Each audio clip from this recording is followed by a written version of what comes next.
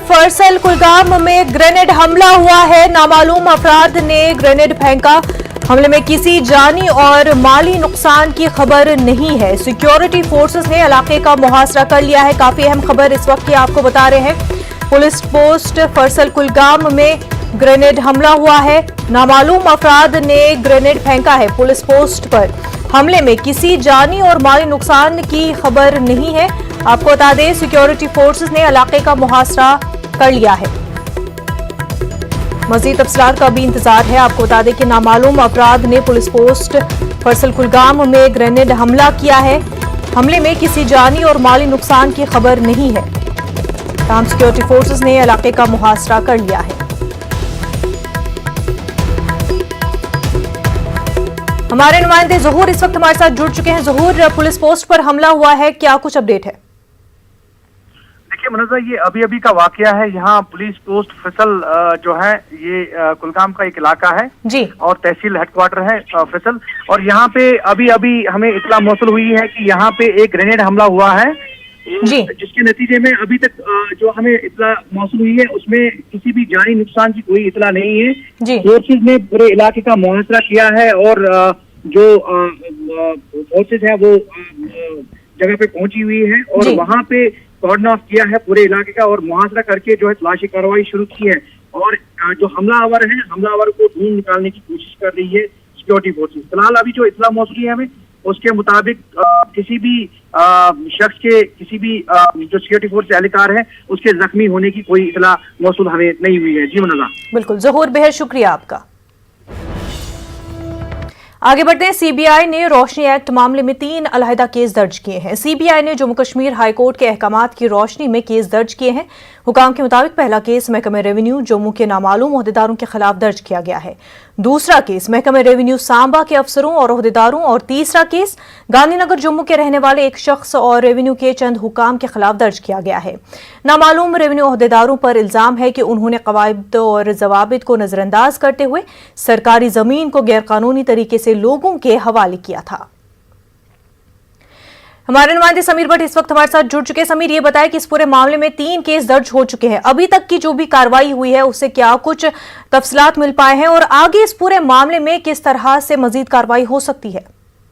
देखिए, बहुत बड़ा केस है रोशनी एक्ट और बहुत ज्यादा इसमें स्कैंडल सामने आया है और उसके बाद ही जो सीबीआई है वो अब उस केस को बड़ी तेजी से आगे बढ़ा रही है। और जैसा आज की बात अगर हम करें तो 3 केसेस दर्ज किए गए हैं। पहला केस 23/2015, दूसरा केस FIR 6/2014 और तीसरा जो सांबा का है FIR 5/2015।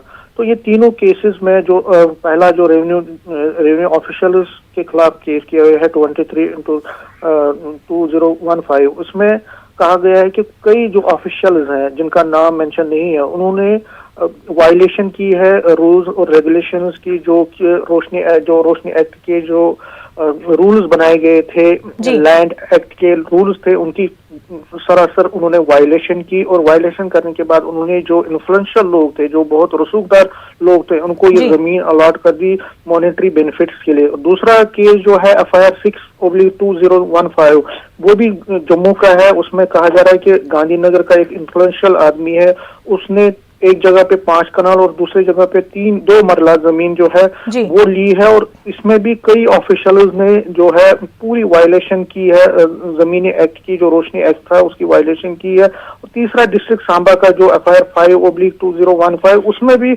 इलीगली जो रेवेन्यू ऑफिशियल्स हैं उन्होंने पैसा जो है रेवेन्यू रिकॉर्ड्स में उन लोगों को पैसा दिया है, उन लोगों को जमीन अलॉट की है जिनका किसी भी जगह पे नाम रेवेन्यू रिकॉर्ड में नहीं है।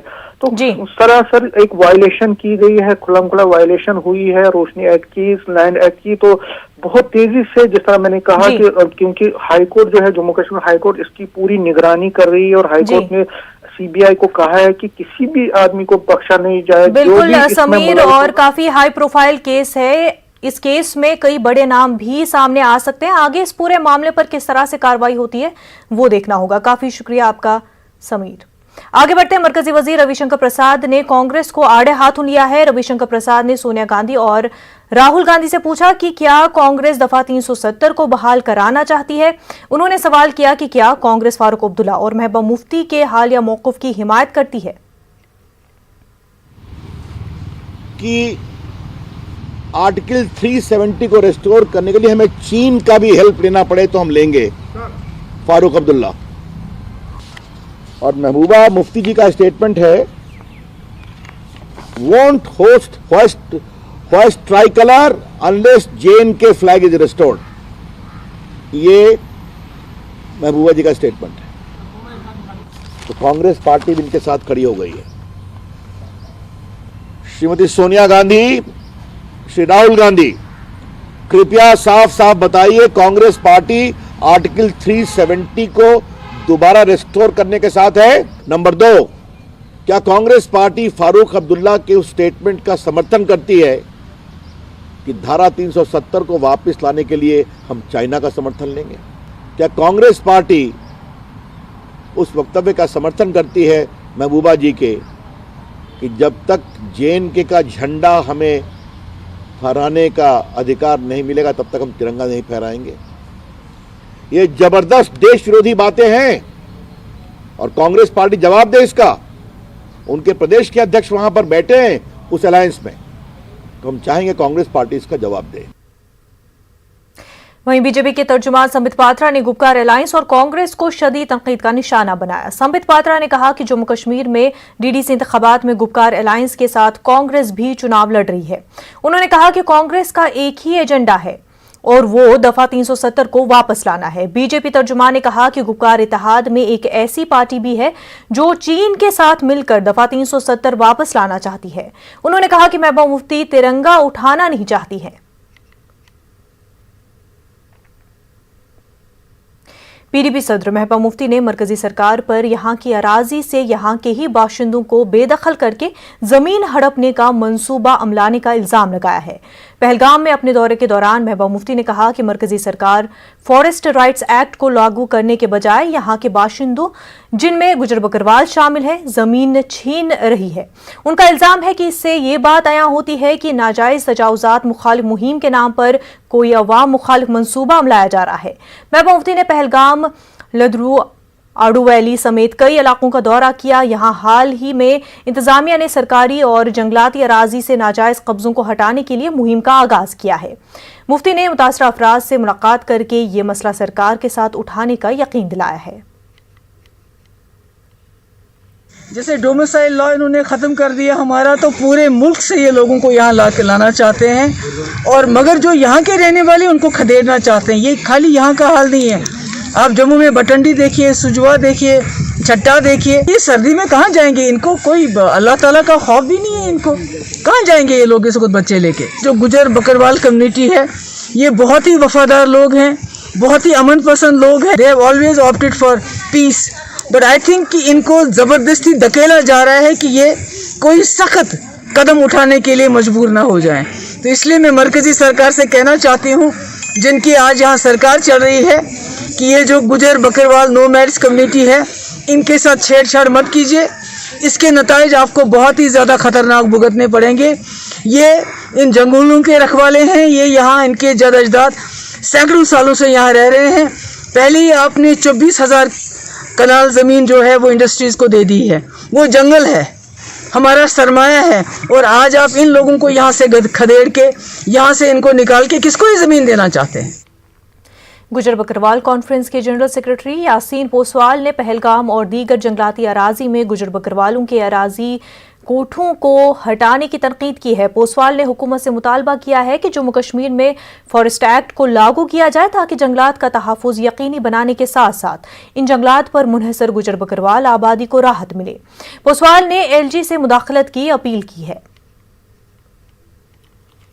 चाहते इंसाफ मिलना चाहिए। अगर फॉरेस्ट एक्ट यहाँ पे पिछले साल से नाफज हुआ है तो उसको मंजर आम पे लाया जाए, ताकि ये जो लोग बेचारे बार बार दर दर की ठोकरें खा रहे हैं। अब आपने देखा होगा कि पिछले 2 दिन से पहलगाम में, मैं कहूँगा कि एक गरीब तबके के साथ एक साजिश है।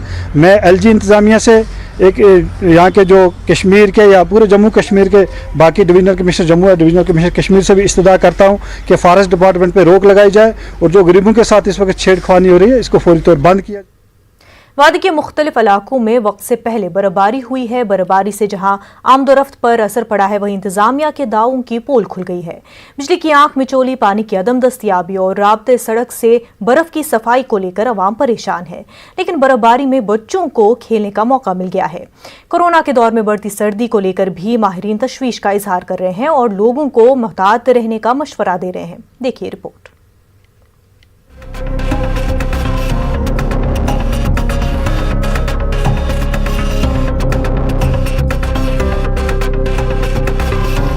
वादी कश्मीर में बर्फबारी से मामलाते जिंदगी पर असर पड़ा है। बर्फबारी से बिजली निजाम शदीद मुतासिर हुआ, जबकि कई सड़क राब्ते भी मुनक़ता हो गए हैं।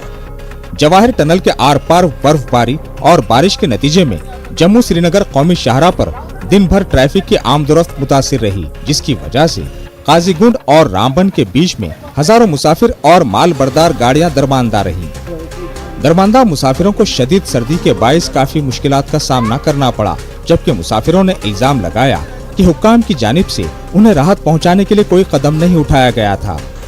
इधर मौसम में बेहतरी के बाद जवाहर टनल के दोनों अतराफ शाहरा से बर्फ हटाई गई और शाहरा पर ट्रैफिक की जुज़वी नकलो हमल को बहाल कर दिया गया।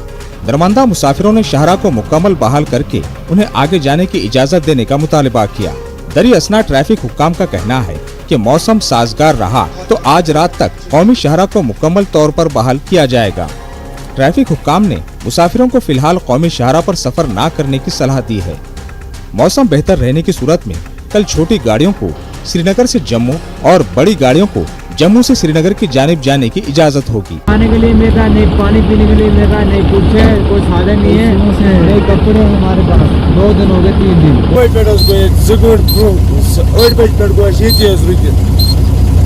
अगर शीन पे मतलब वारिया मुश्किलात गए राशन वाशन खान चीज नॉर्थ पोर्टल पे कोई 2 इंच के करीब स्नो एक्यूमुलेट हुई है और साउथ पोर्टल में थोड़ा इससे ज्यादा है 4 इंच के करीब। तो इससे थोड़ा रोड स्लिपरी हुआ, जिससे कि मूवमेंट स्लो हुआ। तो हमने ट्रैफिक को कुछ देर के लिए भी स्टॉप किया। मिशनरी आर अंजाब इंशाल्लाह विद इन नो टाइम हम इसको कोशिश कर रहे हैं कि बीकन अथॉरिटीज भी लगी हुई हैं तो रिस्टोर करने के लिए। तो इसमें HMVs जो हैं यहाँ से वो इंशाल्लाह चली जाएंगी। बांडीपुरा के सरहदी इलाके गुरेज और तुलिल में भी भारी बर्फबारी हुई है। मैकेनिकल इंजीनियरिंग महकमे ने गुरेज में सड़कों से बर्फ हटाने का अमल जोरों से जारी रखा है। गुरेज के मकामी लोगों और पंचायती मेंबरान ने LG इंतजामिया से बांडीपुरा गुरेज सड़क को जनवरी के आखिर तक खुला रखने का मुतालबा किया है। उन्होंने जिला अस्पताल गुरेज से अटैच किए गए तिब्बी व नीम तिब्बी अमले को फौरी तौर पर गुरेज में दोबारा तैनात करने की भी मांग की। इस वक्त हमारे बर्फ पड़ी है, 3 दिनों के हम अंदर बंद हुए हैं, हमारा रोड ब्लॉक है। यहाँ के लोग काफी मुश्किलात में 2-4 हैं। इन मुश्किलात को अजाला करने के लिए सबसे पहले रोड को तरजीह दी जाए। ये रोड जनवरी के आखिर तक खुला रखा जाए। रामबन में भी बर्फबारी और बारिश की वजह से सर्दी की लहर में भी इजाफा देखने को मिल रहा है। जिले के बालाई इलाके सनासर, पत्नी टॉप और पहाड़ी इलाके जात पोगल परिस्तान, नील टॉप खड़ी, महू मंगत के इलाकों में बर्फबारी हुई। वहीं रामसू, रामबन, बटोत, गुल संगलदान में काफी बारिश भी हुई। बर्फबारी से कई राब्ता सड़कें मुनक़ता हैं और लोगों को बिजली और पानी के हवाले से मुश्किलात दरपेश हैं। इधर भलीसा में भी काफी बर्फबारी हुई है, जिसकी वजह से ज्यादातर लोग अपने घरों में ही रहे और ठंड से बचने के लिए गर्म मलबूसात का इस्तेमाल किया। यहाँ जो रबी की फसल की बुआई हुई थी, तो ये एक बड़ी रहमत का हम ये प्रोग्राम कहेंगे कि रहमत हुई। ऊपर वाले ने हम पे बहुत मेहरबानी की है। सयाहती मकाम गुलमर्ग में हुई ताज़ा बर्फबारी से सयाह काफी खुश नजर आ रहे हैं। मुल्क के मुख्तलिफ मकामात से आए हुए सयाह बर्फबारी का खूब लुत्फ ले रहे हैं। हम बहुत लकी फील कर रहे हैं। स्पेशली हम इसी के लिए आए थे बर्फबारी देखने, और वो देखने मिल रहा है तो हम लकी हैं। मुझे तो बहुत अच्छा फील हुआ और सच में यहाँ पे सब लोग भी अच्छे हैं और ये स्नोफॉल तो बहुत अच्छा है। सोचा था, जैसा सुना था वैसे ही मैंने यहाँ पाया, महसूस किया। जैसी यहाँ की बस बर्फ का खुशनुमा मंजर है, मैंने कश्मीरी अवाम को भी बहुत इसी तरह पाया। मैं पूरे हिंदुस्तान के अवाम से कहता हूँ कि एक बार कश्मीर जरूर आएं। कोरोना के दौर में बढ़ती सर्दी को लेकर भी माहिरीन तशवीश का इजहार कर रहे हैं और लोगों को मोहतात रहने का मशवरा दे रहे हैं। Bureau report, news 18 Urdu. एक छोटा सा ब्रेक लेंगे, जल्द होंगे हाजिर।